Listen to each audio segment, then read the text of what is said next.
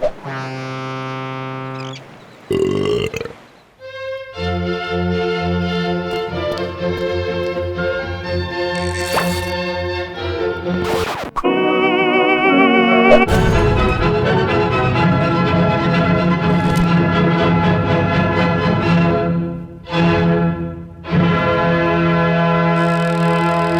guys, it's me again, and welcome to this first little episode of what's it even called? I don't even know the title.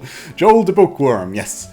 I was just thinking, since I really, like to talk about things, obviously, and some people sometimes ask me about certain books when they come here that I have in my collection. I thought I'd make a little video series where I show you some of the things I got, and especially, of course, when it comes to art and animation books. My goal is to really maybe show you some things that are a bit, rarer than the usual stuff. I won't just show off, the animator's survival kit or anything like that, because you've seen that 100 million times. So, as you probably could have tell from the title animation, I've always been a big fan of Terry Gilliam and Monty Python, obviously, and his work there. And recently, I kind of got back into it again, and because he was really one of my earliest influences when I was a kid. My dad had Monty Python on VHS, and I would look at it as a kid, but since I couldn't really, my English was even worse than now, so I couldn't really understand any of the sketches, but I loved the animations. So I would, take those tapes and fast forward through everything until 20 seconds of cartoon was coming up. I would watch that and then fast forward again. Needless to say, after a while, those tapes were pretty worn out, so sorry, Dad. But anyways, let me show you today's rare animation book called Animations of Mortality by none other than the Richard Williams of cutout animation, Terry Gilliam himself. This is obviously Terry Gilliam before he became, an Oscar-nominated filmmaker and, rich and famous. This was really from his time as an animator.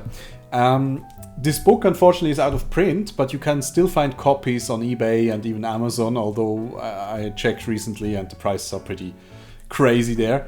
But there's still surprisingly many copies floating around. This is not the book I looked... Well, let me back up for a second.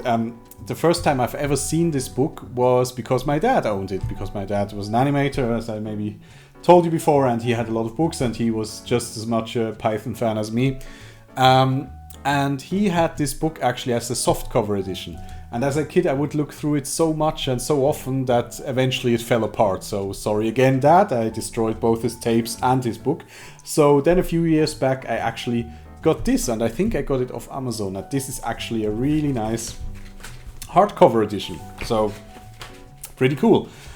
But maybe if you don't know anything about Terry Gilliam, he is a film director and started his career as a cartoonist in New York in magazines. He actually worked with Harvey Kurtzman, which is definitely a fella I'm gonna talk about in future episodes, and then became part of the Monty Python British comedy troupe and did all the animations there. And as you can tell from the cover, it was really, a mixture between his own artwork and engravings and old photographs, pretty much anything he could find. So it's really a sight to be seen. So without further ado, let's get into it. So I'm guessing this once was a library book because there's some marks here, but whatever. So the thing about this book, which is really funny, and it's a typical Monty Python thing, it's kind of advertised as, as a sort of a how-to book that should teach you something about animation, but really, in the end, it's really just a bunch of nonsense, and they really play with your expectation there. So we start with a nice little, warning that tells you basically to read the book in chronological order. And then you can already see some of his beautiful artwork. This book was released, I think, must have been in the mid-70s. I don't see a date now. But yeah, it's basically a very old book by now, but the printing quality is great.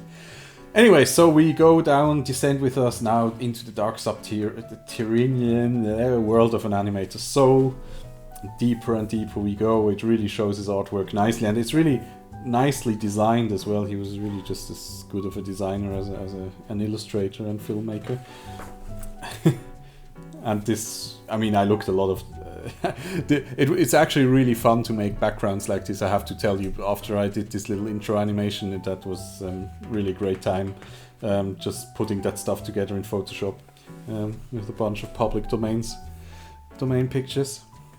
But then, just as we are about to give up, to admit total and utter defeat, light at the end of the tunnel, and suddenly we burst into the wonderful world of animation. Again, beautiful 2-page spread. This is actually all his own drawings, and you know, I've never been much of a fan of airbrushing or airbrushed artwork, so to speak. It always kind of reminds me, for my taste, oftentimes it's too kitschy, and it reminds me too much of that stuff that you see on the sides of like carnival, not carnival, like the Ferris wheels or amusement rides or something like that. These really terrible illustrations.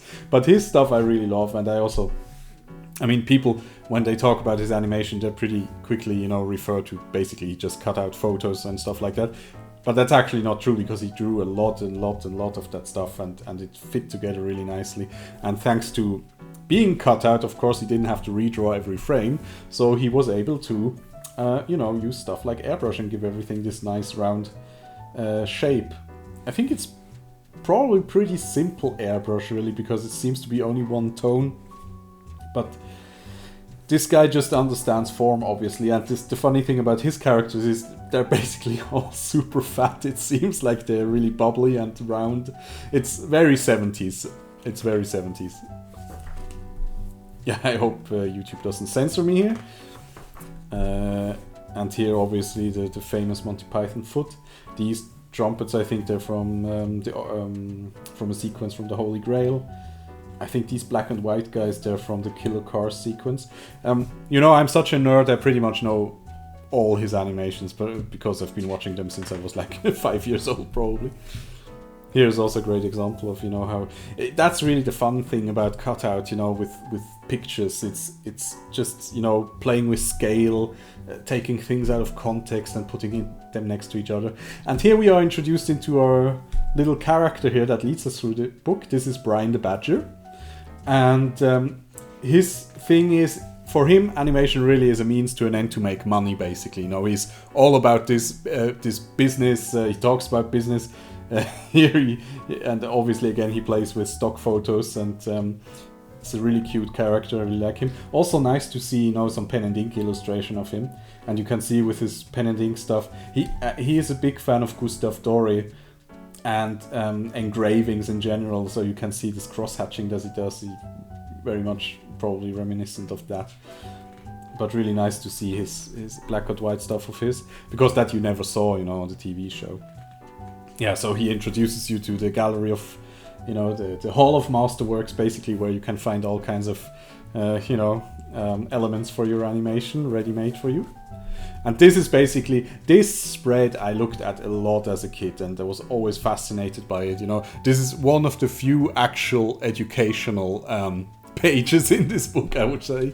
But you see here all the elements that he used, like this policeman, the Zeppelin, a couple of houses here, a couple of buildings there, some engraving of some antique building, and a police car here, and how he put it all together, and then airbrushed a little bomb in there, as well as this kind of cheese floor. But this looks so amazing, you have these buildings, and then you have this this almost looks like a hall. I don't really know what it is, but with these pillars and everything. So this is, and the Zeppelin comes through. And this is all before computer, this was really X-Acto knife and glue, basically. So pretty amazing. Yeah, here he talks about how important it is to have a glass plate to push your elements down, otherwise it will, screw up everything. And here's actually where he got the Monty Python foot. It was in a Bronzino painting. And here he basically, that's another, I mean, this is meant tongue-in-cheek, obviously. The whole skit of this book is basically how he's lazy and how he doesn't really want to do proper animation, so he does cutout. But actually, you know, there is probably some truth in there, because lesson number 3, discovering the secret of cutout animation. And you see here, you know, he has a frame-by-frame walk cycle. And admittedly, the movements are elaborate and graceful, but who needs it? It's what the public wants. They can go to the ballet. Now here is all that's needed for cutout animation. And here's this chicken that I also love. And I think he's from the Piranha Brothers segment. Is that possible? I think he had a hat in the show and was kind of a gangster or something. Anyways, he has a body and a pair of legs. Voila, she walks. And then it goes on, and he tells you, of course, it's possible to do variations of the basic walk. So this is really the antithesis of the animator survival kit. You know, how to save time, how to, you know, how to not put too much work into it and still get some cool results. But you see the creativity, you know, that's happening here, which is, in my mind, you know, just as important. And then, of course, it gets more and more absurd, but movements like this soon become tiresome. And the truly clever cutout animator quickly discovers the value of having his characters walk in tall grass. Otherwise, of avoiding the need to move legs, long coats, obviously, long hair, wheels, tar and feathers, and however, the best way of avoiding any form of actual animated movement is to have the action take place late at night during a sudden power failure. So you just have three black panels tipped up. So here's the first lesson to take away. Remember, if it looks like a lot of work, avoid it. Yeah, well, better get fast through that before YouTube sees it. This is also fun. This is an opener that is not as well known, obviously, as the Monty Python opening animations. But I think this was Marty Feldman's American show, and he did the opening animation for that. But you can find it on YouTube, actually. And you can see this is late stage Gilliam animation, because here he already got pretty crafty, and you know, you could just see, you know, his skills were already much further than they were, like if you compare it to like the first season of The Flying Circus. So he plays with perspective and all these kind of things, and as usual, weird machinery. And one of the guys gets Marty Feldman's head, so the machine, you know, sounds the alarm, and he's rejected and gets thrown into the trash. And then here starts basically the running gag through the book is suddenly you get like these, you know, these threatening messages here, you know, take heed, signed the Black Spot, and you kind of don't know what's happening, you know. Here we have Brian the Badger again, explaining to us storyboards. This is from Storytime. This is one of the few animated shorts that are really... They had nothing to do with Python. This was really just him doing an animated short. So you can find it on YouTube as well. So watch that if you want to have like 10 minutes of uninterrupted Gilliam. But really love those storyboards, you know, how simple and crude basically they are, but they tell you everything you have to know. And again, like if you look closely, this guy's body is a photograph and his head is airbrushed, and then his hands again are photographs as well. He probably just, you know, made photos of his own hands and did a whole little story around that. This is also a great image here. The really poor ones live in absolutely intolerable crowded conditions. This is basically the Hand Society talking about how terrible feet are. So you get this one shoe with 5 feet in it. I really think, you know, ideas like this, they come to you when you do these sort of collages, you know. Suddenly you think, that would be fun if we put that here, put that there. Here's Brian again talking about talking about cash galore and how we can make a lot of money with animation, how it's all a business. Again, it's a sequence. I don't know this sequence, but should look it up. Great gas scala. Lesson number 4, where the ideas come from. And here is like a beginner's guide to relaxation, because he said, you know, first thing is, you know, to relax and do some relaxing exercises. So here you have a very rare thing, a Terry Gilliam comic actually of this guy who does his relaxing exercises and then he disappears into the floor. And unfortunately, it's another unfortunate victim of small print. Because the small print of these exercises says, none of them should be attempted within 4 hours of a large meal. Here you can transform yourself into a cutout figure by cutting this out. And here is, this is actually also interesting because this is about the importance of a sketchbook, but not the sketchbooks that you know from YouTube, where it's basically, beautiful colored ballpoint pen and watercolor sketchbooks that were used to apply to CalArts, but just a sketchbook as idea generators. And that's basically how I use sketchbooks as well. I think oftentimes the best drawings happen in there because I'm just not worrying about it. I mean, I use really cheap ones, but I've seen some recent Gilliam sketches, I think, and he really drew just on notepads basically, so that also inspired me to stop investing so much money in art supplies and sketchbooks and all that kind of stuff. So this is pretty funny here because he says, you can basically in the following pages, you can cut out these sketches that they present there or trace them and put them in your own sketchbook to, impress your friends basically. So this is also great, and here of course you have the scissors because here you can cut and put these pages in your own sketchbook, and do your own YouTube video about your new sketchbook. Anyway, so this is his doodles basically. Also very fun to see. Again, a warning from the black spot. A symbiotic relationship develops because between the nose worm and the bum worm, he sniffs and he farts. Mermaid with multiple layers. This would be something for mermaid. Multiple layers of the fish body. grows a tree there. Again, it's oftentimes with him it's like, head on feet, hands on feet or whatever, like playing around with body parts and being inside bodies or whatever. And here then basically is the resolution. So again, Brian starts talking about how animation is all about, selling and business and all that kind of stuff, and so on and so forth. And then he gets shot all of a sudden, and then it's the black spot hits. The black spot strikes again. I had to kill him. It was the only way to save this book. You see, animation is an art, not a business. You see that, don't you, officer? he already practices his speech to the police.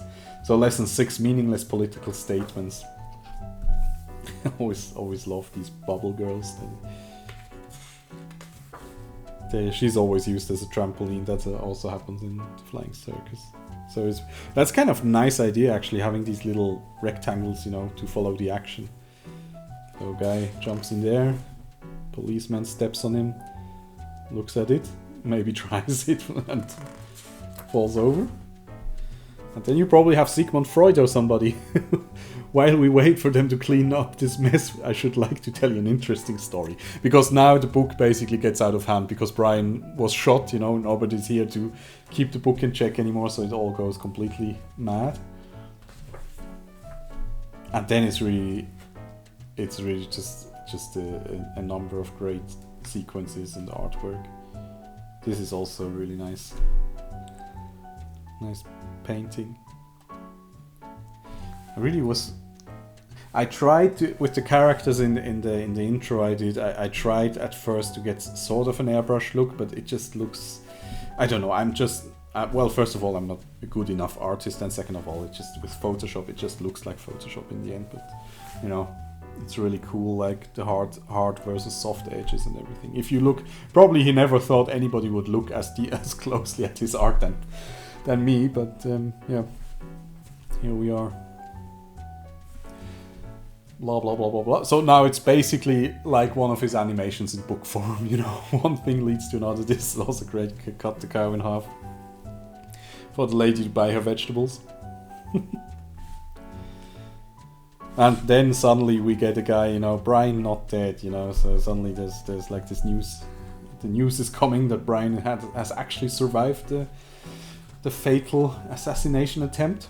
And then he writes you a letter from the Royal Greed Hospital and basically tells us that they want to kind of get rid of him, and he doesn't understand why. And this one, I think I could sense all along that somebody in my position deserved... Oh yeah, exactly, they give him a room to himself. He writes they gave him a room to himself. It's a pleasant little room. My only complaint with it is, apart from the architect's unfortunate omission of a window, is the terrible racket caused by the cleaning lady every morning at 5 a.m. when she barges her way in to collect her mops and pail. I don't think she realizes as yet who I am. So he basically is already on everybody's nerve in the hospital, so hopefully he will return soon. Yeah, here we have a birth happening. I guess that was probably during or close after the Vietnam War. And then yeah, that's basically how our world looks now, you know. A ball full of skyscrapers.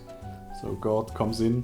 That's often something that happens. I think he was, you know, he grew up American Midwest or something, and he was almost became like actually almost became, I think, how do you say that? A pastor.